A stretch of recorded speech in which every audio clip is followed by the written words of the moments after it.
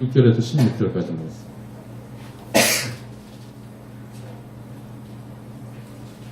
고린도전서 2장 6절에서 16절까지 말씀을 교독해서 읽겠습니다. 6절에서 16절. 그러나 우리가 온전한 자들 중에서는 지혜를 말하노니 이는 이 세상의 지혜가 아니요 또 이 세상에서 없어질 통치자들의 지혜도 아니요 오직 은밀한 가운데 있는 하나님의 지혜를 말하는 것으로서 곧 감추어졌던 것인데 하나님이 우리의 영광을 위하여 만세전에 미리 주하시는 것이다. 이 지혜는 이 세대의 통치자들이 한 사람도 알지 못하였더니 만일 알았더라면 영광의 주를 십자가에 못 박지 아니하였으리라. 이렇게 하나님의 지혜를 사랑하는 자들을 위하여 예리하신 모든 것은 눈으로 보지 못하고 입으로 보지 못하고 사람의 마음으로 생각하지도 못하였다 한가 하느니라. 오직 하나님이 성령으로 이것을 우리에게 보이셨으니 성령은 모든 것 하나님의 깊은 것까지도 통달하시느니라. 사람의 일을 사람의 속에 있는 영에게 여기고 이와 같이 하나님의 영으로 하나님의 영에 있는 아무도 알지 못하느니라. 우리가 세상의 영을 받지 아니하고 오직 하나님으로부터 온 영을 받았으니 이는 우리로 하여금 하나님께서 우리에게 은혜로 주신 것들을 알게 하려 하심이라. 우리가 이것을 알아보니까 사람의 지혜가 가르침말로 아니하고 오직 성령께서 가르치신 것으로 하니 영적인 일은 영적으로 분별하느니라. 육에 속한 사람은 하나님의 성령의 일들을 받지 아니하나니 이는 그것들이 그에게는 어리석게 보이며 또 그는 그것들을 알 수도 없나니 그러한 일은 영적으로 분별되기 때문이라. 신앙한 자는 모든 것을 판단하나 자기는 아무리 판단하지 아니하느니라. 함께 누가 주의 마음을 알아서 주를 가르치겠느냐. 그러나 우리가 그리스도의 마음을 가졌느니라. 아멘. 오늘 이제 고린도전서 네 번째로 하나님 말씀을 전하겠습니다. 오늘 설교 제목은 교회 안에 온전한 성도라는 제목으로 이 본문을 가지고 두 번 정도 말씀을 나누겠습니다. 교회 안에 온전한 성도. 저는 어려서 어머니랑 시장에 따라가면 어머니들 어머니들은 아주 과일들을 신중하게 고르시는 것을 늘 보았습니다. 우리는 대충 사면 되거든요. 그냥 대충이라기보다는 그냥 작은 걸 사면 되는데 어머니들은 만져보고 맞아보고 들어보기도 하고 해서 과일 같은 거 하나 살 때도 아주 신중하게 결정해서 삽니다. 왜 그렇게 뒤척이냐 했더니 이걸 만져보면 혹은 이렇게 들어보거나 만져보면 이 과일이 어떤 과일인지 아는 것이죠. 제가 예전에 예전 교회 사역할 때는 우리 교회에 수박 장사하시는 분이 계셨어요. 수박 장사하시는 분은 정말 수박을 들어보기만 해도 이 수박이 단 수박인지 달지 않은 수박인지 아시더라고요. 예전에 그건 정말 대단했어요. 우리 권사님도 그러시죠? 수박 들어보기만 해도 우리 집사님 수박 어쨌든 시장에 가서 보통 아무나 남자들이 그냥 살지 모르겠지만 주방을 책임지시는 분들은 적어도 그렇게 신중하게 삽니다.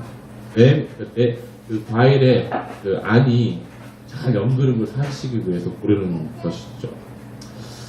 과일의 내면이 틀림에 따라서 그 과일의 성숙도가 틀려지는 것처럼 성도의 내면의 차이에 따라서 다 같은 성도라는 이름을 가지고 있긴 하지만 성도의 내면의 차이에 따라서 성도의 온전함이 달라질 수 있습니다.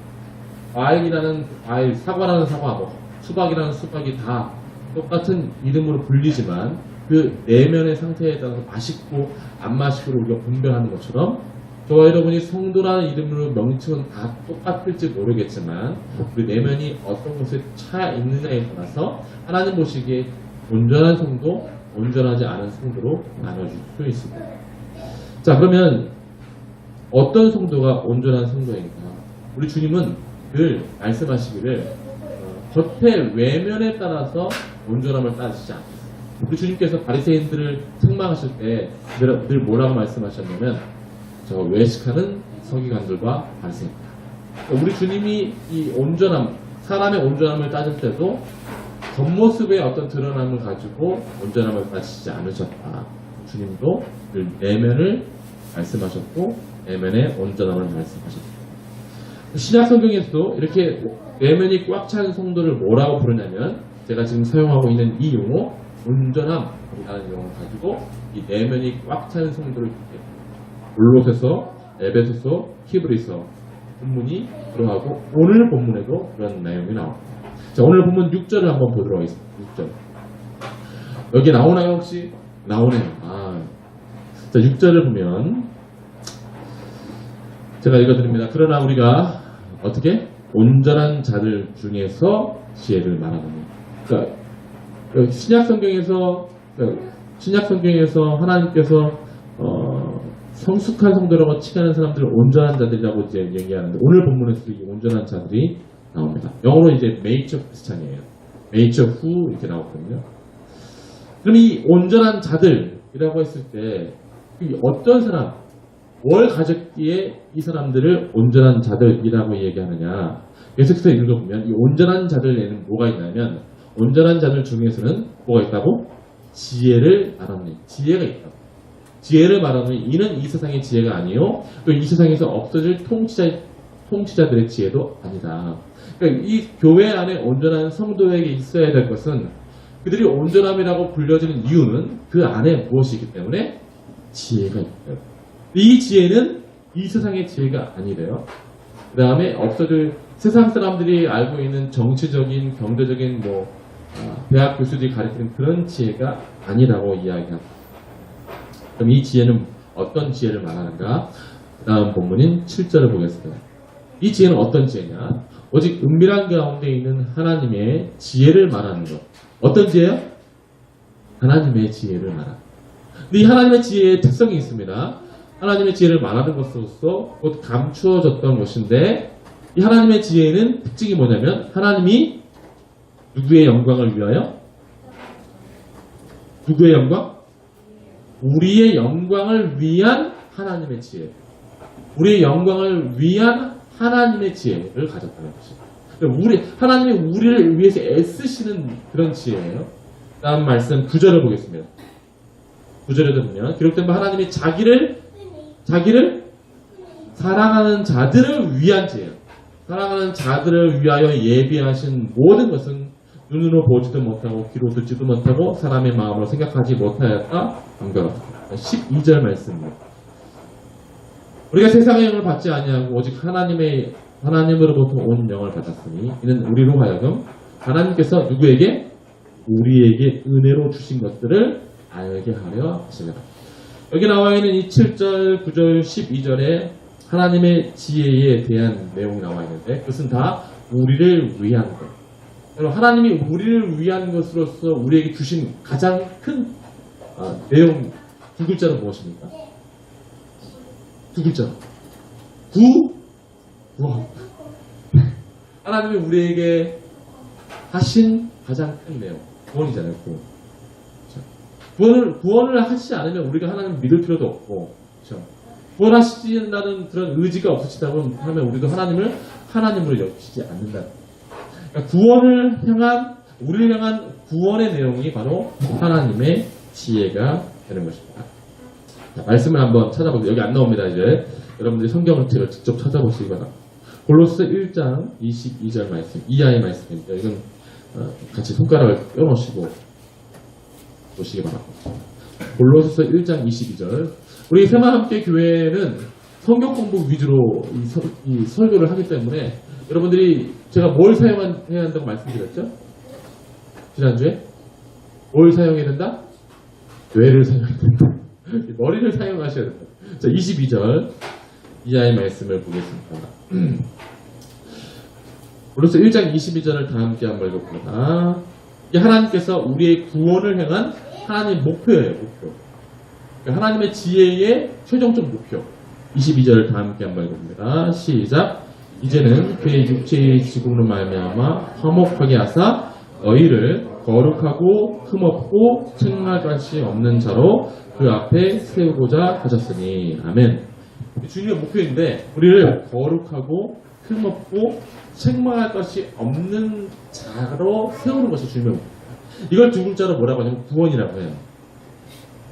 거룩하고 흠없고 책망할 것이 없는, 하나님과 함께 거주할 수 있고 살 수 있는 그런 존재로 세우시기 원하는.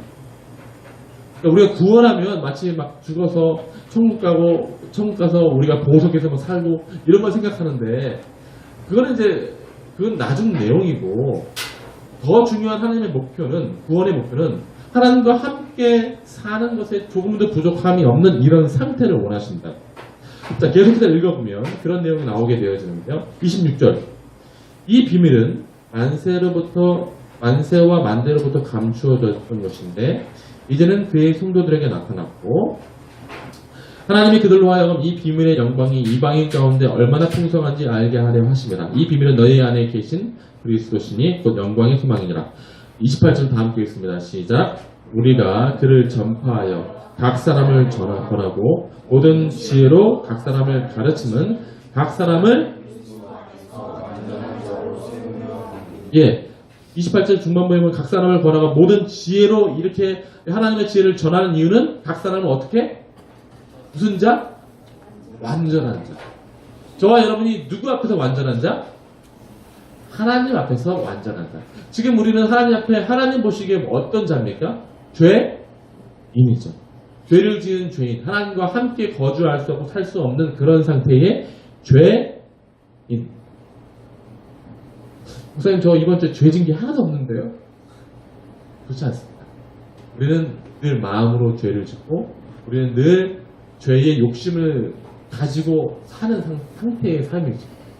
남자분들은 운전하시면서 한 번도 상대방을 향해서 저런 마음들 떠올리지 않아요.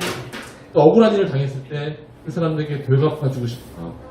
또 정욕적인 마음들, 이런 마음들을 우리 가운데 사라지지 않는 죄인. 그런데 우리 하나님께서 말씀하시기를 이 구원을 통해서, 하나님의 지혜라는 이 구원을 통해서 최종적으로 원하시는 것은 그리스도 안에서 이 사람들을 완전한 자, 하나님 보시기에 완전한 자로 세우시려고 한 것이 그의 목적이고, 그 목적을 달성하기 원하시는 것이 바로 무엇이냐면 하나님의 지혜인 것이죠. 이 지혜를 아는 것이 바로 성도의 내면의 상태에 있어야 하는 것입니다. 자, 이 구원, 그 다음에 그리스도 안에서 거룩하고 흠없고 완전한 자로 세우시기 위해서 하나님이 하신 일이 있어요. 이 지혜대로 하신 일이 있습니다. 이것이 어디 나와있냐면 22절 초반부에 나오는데요. 제가 보면, 읽어드리면, 이제는 그의 육체의 죽음으로 말미암아. 여기서 그는 누굽니까? 여기서 그는 바로 예수 그리스도를 가리키죠.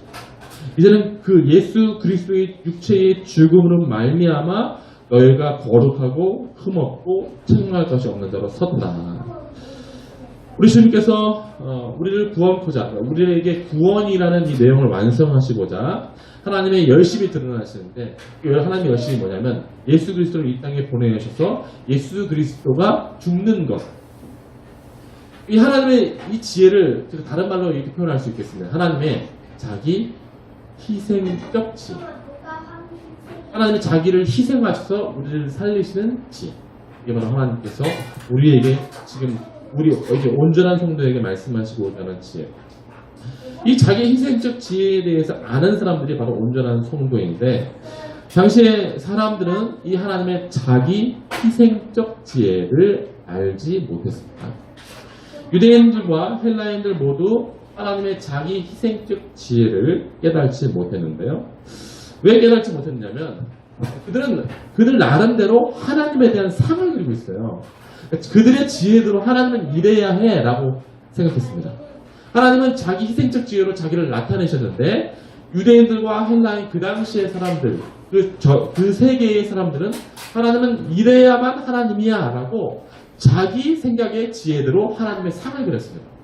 당시 유대인들은 누구의 핍박과 누구의 통치 아래 살았습니까?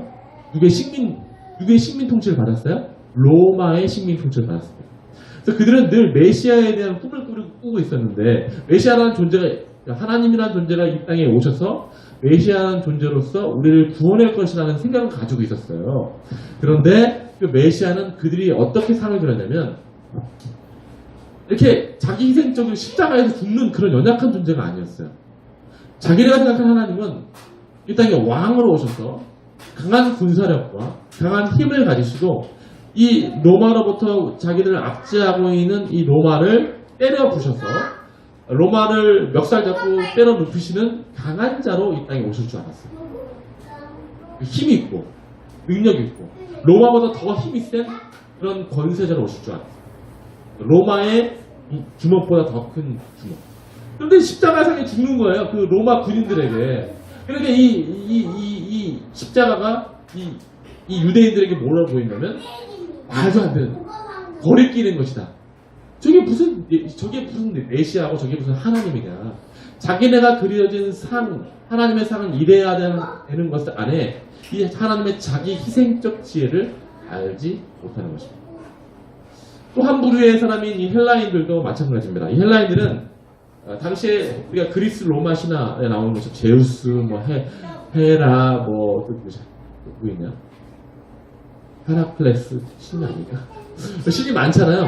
그 신들은 어떤 존재냐면 당시에 다 초월적인 존재라고. 인간들의 삶에 인간들은 저 밑바닥에 있는 그런 연약한 존재로서 그냥 인간들은 인간들의 삶이 있고요. 신들은 신들의 존재로서 신들은 저 위에 관망하는 자세로 이렇게 쳐다본단 말이에요. 네? 어디에 살아가고 있나. 그런데 그 관망하는 자세로 살아가고 있는 그 신이 인간 세상에 내려와서 인간에게 죽임을 당했다? 이게 미련한 것이었어요. 그들에게 신들은 높은 초월적 존재로서 인간의 삶과는 저 멀리 떨어져 있는 그런 존재인 줄 알았는데 그 신이 내려와서 인간에게 죽었다. 좀 미련한 내용이 되는 것이죠. 근데 유대인들에게는 하나님의 희생적 지혜가 버리기는 것이 되었고 헬라인들에게는 이 하나님의 희생적 지혜가 미련한 것이 되었습니다. 그 본문이 어디 나와 있습니까? 어디 나와 있냐면 오늘 1장 좀 이따 읽어보면 다시 나오겠지만 그런 본문 제가 좀 이따 읽어드리겠습니다. 그래서 이 유대인과 헬라인들이 자기네가 각자 그린 하나님의 상 안에서 하나님의 희생적 지혜, 즉 하나님이 누구신지를 그들은 알 수 없게 되었다는 거죠. 이건 대단히 중요한 내용이에요. 저와 여러분이 지금 구원에 있어서 하나님은 이래셔야 돼.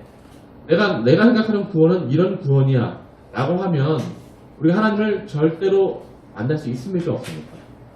우리가 하나님을 그리면 성경이 하나님을 계시하시는데 그 성경에 계시하는 것을 떠나 우리가 먼저 하나님을 그리고 하나님은 이런 내용 안에 이게 채워져야 돼 라고 하면 우리는 그 하나님을 만날 수 없어. 이해되시죠? 유대인과 헬라인에게 그래서 이 십자가는 하나님의 이 자기 희생적 지혜는 일어난 것이고 거치는 것이 되었습니다. 온전한 성도는 십자가의 죽음에 나타나신 그 하나님의 희생적 지혜에서 누구를 발견할 수 있냐면 하나님을 발견할 수 있습니다. 여러분 십자가상에 드러난 하나님이 어떻게 드러나셨나? 여러분 하나님 성경 전체에 나와 있는 하나님은 우리가 잘 알고 있는 것처럼 두 가지 하나님의 이름들이 계속해서 증거되어서 잘 알고 있는 것처럼 여러분 하나님은 어떤 분이십니까? 사랑이 많으십니다. 하나님은 곧 사랑이시나 요한에서 4장 8절에 나와 있죠. 하나님은 사랑이십니다. 하나님께서 이 사랑을 보여주시기 위해서 하나님은 사랑이시다는 이 사랑 자체를 보여주시기 위해서 십자가에서 죽으셔야만 했습니다. 이건 다 아시는 내용이잖아요. 그렇죠? 또 하나님은 이 성경에서 구약 성경이 끊임없이 공의롭고 정의로운 하나님으로 기록되어 있습니다. 시편 말씀에도 자기 보좌의 기초가 공의로 이 땅을 다스리신다고 말씀을 하셨습니다. 하나님의 공의가 나타난 것이 바로 십자가인데 여러분 십자가는 사람이 죽는 형벌의 내용이잖아요. 잘못한 일에 대한 판결로서 십자가는 잘못한 일의 판결로서 죽음을 경험하는 거잖아요. 그러니까 공의로운 재판을 통해서 이 벌에 대한 책임을 받는 것이 바로 십자가입니다. 하나님은 이 공의와 사랑을 이 십자가상에 다 드러내셨는데 우리 잘 알고 있는 것처럼 우리를 살리시기 위해서 십자가에서 죽으심으로 우리에게 사랑을 보여주셨고 또 하나님께서 우리에게 처한 그 형벌을 직접 담당하심을 통해서 하나님의 공의를 채우시게 된 것입니다. 다시 이 말을 제가 이렇게 표현하겠습니다. 하나님께서 우리를 살리시길, 이 구원이라는 것을 보여주시길 자기를 드러내시는데 어떻게 드러내시냐면 우리 애가 담당해야 될 그 죄인이라는 형벌을 자기가 결정하고 자기가 담당하시고 그리고 우리에게 구원을 주시기 위해서 그 십자가의 사랑이라는 것을 통해서 우리를 살리시는 내용을 이 십자가상에서 적용하신 것이죠. 그래서 공의는 자기가 감당하시고 사랑은 우리에게 주셔서 우리가 구원받는 놀라운 일을 십자가상에서 교차시키셔서 자기를 보여주신 것이죠. 이 십자가에 하나님 전체가 다 계시된 것이에요. 공의와 사랑의 하나님 전체가 다 계시되어서 나는 이런 하나님이다. 나는 너희들이 알고 있는 유대인과 헬라인들이 알고 있는 그 강대한 하나님, 이런 정치적인 힘을 가지고 사람들 다 때려눕히고 죽이는 그런 하나님이 아니라 나 하나님 자신을 소개하는데 나는 너희들을 위해서 희생적 죽음으로 사랑을 보여주고 나는 너희들을 위해서 너희들이 담당해야 될 그 형벌을 내가 담당함을 통해서 나는 나의 모습, 사랑과 공의를 너희에게 보여주길 원한다. 그 하나님께서 십자가에서 그렇게 나타나시게 된 것이죠. 공의는 자기에게, 사랑은 우리에게 보여주심을 통해서 구원을 드러내신 것입니다. 이것이 바로 하나님께서 우리에게 자기를 나타내신 하나님의 자기 희생적 지혜. 이 지혜를 유대인과 헬라인은 알 수가 없는 것이죠. 절대로 알 수가 없어요. 이 공의와 사랑에 대해서 하나님께서 이렇게 나타내셨는데 그들은 하나님에 대한 상을 계속해서 각자가 가지고 그리고 있기 때문에 하나님을 만날 수 없게 된 것이죠. 여러분, 이 하나님은 이 공의와 사랑을 십자가상에서 자기를 나타내시기 위해서 사실은 구약 성경 내에서도 한 번도 쉬지 않고 일하셨습니다. 역사가 시작된 이래로 계속해서 십자가상에 자신을 드러내시기 위해서, 자신을 계시하시기 위해서 하나님 한 번도 이 역사 안에서 쉬지 않으셨다. 여러분, 아담과 하와가 창조되고 난 이후에 범죄했습니다. 그리고 그 범죄로 이 세상이 끝난 것이 아닙니다. 그 범죄로 이 세상 모든 것이 다 형벌을 받고 끝난 것이 아니죠. 그리고 아담과 하와의 첫째 아들이 누구입니까? 가인. 둘째 아들이 누굽니까? 아벨이잖아요. 가인과 아벨 중에 누가 하나님의 지혜이고 누가 하나님의 선택이고 누가 하나님의 일하심입니까? 가인과 아벨 중에 아벨이잖아요. 가인은 아벨을 죽였잖아요. 이 세상은 죄악 가운데 있는 내용을 죽이지만 아벨은 죽임 당했고 그 이후에 셋이라는 또 다른 하나님께서 계획하신 사람을 또 세우셔서 하나님의 지혜가 계속해서 흘러가게 하십니다. 아벨을 죽고 난 이후에 셋이 나왔고요. 셋 자손 중에 에노스라는 사람이 나오고 에노스라는 자손들이 비로소 창세기 6장 이후의 본문에 보면 비로소 하나님의 이름을 불렀더라고 나옵니다. 여러분, 그 다음에 셋 이후에 우리가 잘 알고 있는 것처럼 노아가 나오고요. 노아의 아들 중에 셈과 함과 야벳이 나옵니다. 셈의 자손 중에 또 누가 나옵니까? 아브라함이 나오죠. 아브라함의 아들이 누가 나옵니까? 이삭이 나오고 이삭 다음에 야곱 다음에 유다가 나오죠. 이 구약 성경의 이 족보를 보면 하나님의 일하심과 하나님의 자기 희생적 지혜를 위해서 준비하신 내용들이 끊임없이 계속되어집니다. 멈추지를 않았어요. 아벨이 나오고 그 이후에 노아가 나오고 그 다음에 아브라함이 나오고 아브라함 이삭이 나오고 이삭 다음에 야곱이 나오고 야곱 다음에 유다가 나오죠. 유다가 나온 다음에 나중에 보면 다윗이 나오게 되어지고 다윗 계통에서 예수 그리스도가 준비된 대로 예정된 대로 예언된 대로 이 땅에 태어나시게 된 것입니다. 하나님은 이 구약 성경 안에서 한 번도 자기가 쉬지 않으신다는 것을 보여주시는 것이죠. 우리가 일반적으로 성경을 여러분 이게 제가 여담입니다. 성경은 역사책이 아니에요. 성경은 모든 사실을 다 기록해놓은 그런 정보책이 아닙니다. 하나님께서 어떻게 역사에 개입하시는지에 대한 하나님의 구원, 희생적 지혜에 대한 구원 역사를 쓰신 책이에요. 그러니까 이 성경에는 뭐 공룡내기, 전체 얘기가 다 나오지 않았어요. 그러나 하나님이 개입하신 사건들은 다 나와요. 왜 그러셔야만 하냐면 우리에게 그 지혜를 알리시기 위해요. 이건 여담으로 제가 말씀을 드리죠. 어쨌든 하나님께서 구약 성경 내에서 하나님의 역사를 계속해서 실행하셔서 이 주님이 예수 그리스도라는 분이 나셔서 우리에게 우리에게 구원을 주신 그 십자가를 드러내시는 일들을 한 번도 멈추시지 않았다.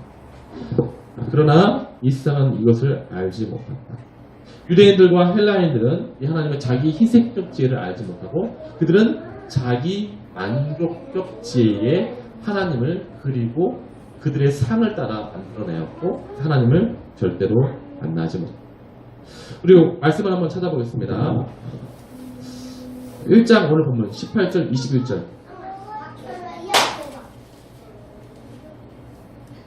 자, 1장 18절 21절. 자, 다시 한번 이 본문을 다 함께 한번 읽어봅니다. 이제 여러분들이 이 본문을 이제 이렇게 하면 이해할 수 있을 것 같아요. 18절 21절. 자, 다 함께 십자가의 도가 시작. 멸망하는 자들에게는 미련한 것이요 구원을 받는 우리에게는 하나님의 능력이다. 기록된 바 내가 지혜 있는 자의 지혜를 멸하고 총명한 자들의 총명을 피하리라. 지혜가 있는 자가 어디 있느냐 선비가 어디 있느냐 이 세대의 변론가가 어디 있느냐 하나님께서 이 세상의 지혜를 미련하게 하신 것이 아니냐. 하나님의 지혜에 있어서는 이 세상이 자기 지혜로 하나님을 알지 못하므로 하나님께서 전도에 미련한 것으로 믿는 자들을 구원하시기를 기뻐하셨도다. 유대인은 표적을 구하고 헬라인은 지혜를 찾으나 우리는 십자가에 못 박힌 그리스도를 전하니 유대인에게는 거리끼는 것이요 이방인에게는 미련한 것이로되 오직 부르심을 받으라는 자들에게는 유대인이나 헬라인이나 그리스도는 하나님의 능력이요 하나님의 지혜라. 이해되시겠죠 이제? 이해되세요? 안 되세요? 되시죠? 사도 바울이 아무리 주님께서 우리를 위해서 죽으셨다라고 선포하더라도 유대인과 헬라인들은 이 십자가의 내용을 받아들일 수가 없어요. 알 수가 없어요. 왜냐하면 하나님을 그들의 마음 내 그들이 원하는 대로 그리고 있기 때문에. 호세아서 말씀에도 이렇게 기록되어 있습니다. 누가 지혜가 있어 이런 일을 깨달으며 누가 총명이 있어 이런 일을 알겠느냐. 여호와의 도는 정직하니 의인은 그 길로 다니거니와 그러나 그 길에 죄인은 걸려 넘어지느니라. 죄인은 이 하나님이 지으신 자기 희생적 지혜에 걸려 넘어진 거예요. 다 들었지만 분명히 다 들었어요. 이 온 세상은 다 하나님께서 자기를 위해서 십자가를 지셨다는 걸 다 들었습니다. 모든 사람들은 다 들었지만 그 모든 사람들이 자기 만족적 지혜를 가지고 있기 때문에 이 자기 희생적 지혜의 하나님을 알지 못해요. 그래서 이 나중에 심판받을 때도 사람들이 핑계대지 못합니다. 왜? 다 들었기 때문에. 알고는 있어요. 하나님이란 분을 어렴풋이 알고 있지만 그들 나름대로 그들이 가지고 있는 독립적인 지혜를 가지고 하나님을 다 재단했기 때문에 나중에 하나님이 물어봤죠. 나중에 물어보시겠죠. 너 왜 듣지 않았냐? 제게 지혜가 있었으니까 듣지 않았겠죠. 라고. 에베소서 4장 18절에는 이렇게 기록되어 있습니다. 그들의 총명이 어두워지고 그들 가운데 있는 무지함과 그들의 마음이 굳어짐으로 말미암아 하나님의 생명에서 떠나 있도다. 그러면 우리 사랑하는 성도 여러분, 교회 안에 온전한 성도라고 했을 때 우리 안에 그 내면이 있어야 되는데 그 내면이라고 했을 때는 바로 하나님의 자기 희생적 지혜가 있는 사람이 교회 안에 온전한 성도라고 말씀할 수 있습니다. 여러분 이 온전한 성도라고 했을 때 그럼 우리가 알고 있는 일반적인 이 상을 깨야 돼요. 온전하고 경건한 모습의 일반적인 이 한국교회나 이 교회에서의 삶은 성경 많이 읽고 대표님에 나와서 기도 열심히 하고 이런 것들도 물론 온전한 것이긴 하지만 우리가 보기에는 그러나 하나님 보시기에 온전함은 그런 내용이 아닙니다. 이 하나님의 자기 희생적 지혜로서 하나님을 충만히 깨닫고 그것을 아는 자가 바로 온전한 자죠. 그러니까 얼마나 헌금을 많이 했느냐, 얼마나 외형적으로 많이 보이느냐. 우리 주님이 보시기에 우리 주님은 늘 말씀하셨잖아요. 외식하는 자들아. 바리새인들이 늘 그렇게 화려한 예배, 온전한 11조, 온전한 금식들을 다 했지만 우리 주님이 보시기에는 외식하는 자들아라고 말씀하셨거든요. 그들은 온전한 자들이 아니에요. 중요한 건 우리 내면이, 우리 외면이 아니라 우리 내면이 온전한 자들로 하나님의 자기 희생적 지혜에 대한 충만함과 기쁨과 감사가 있어요. 여러분 사도 바울의 삶은 복음을 전한 이후에 사도 바울의 삶은 우리가 잘 알고 있는 것처럼 어리 둘 곳이 없지 늘 고통당하고 고난당하고 거지 같은 삶을 살았어요. 한마디로. 그러니까 만약 사도 바울이 이렇게 우리 가운데 들어오면 우리는 저 거지가 갑자기 예배드리러 왔냐고. 약간 이렇게 좀 멀찌감치 떨어져. 근데 그 사람이 진짜 보수인 거죠. 진정한 대가가 온 거죠. 우리가 가지고 있는 이 지금 온전함 혹은 경건함의 이 외형적 판단들이 별로 중요하지 않다.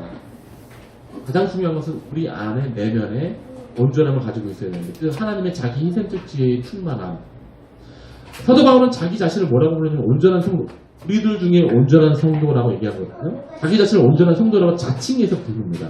그가 그럴 수 있는 이유는 그가 공부를 많이 했거나 혹은 뭐 11조를 많이 했거나 그런 내용이 가져서가 아니라 그 스스로가 하나님의 자기 희생적 지혜에 대한 충만함이 있기 때문에 그를 스스로를 그렇게 부르고 있는 것이죠.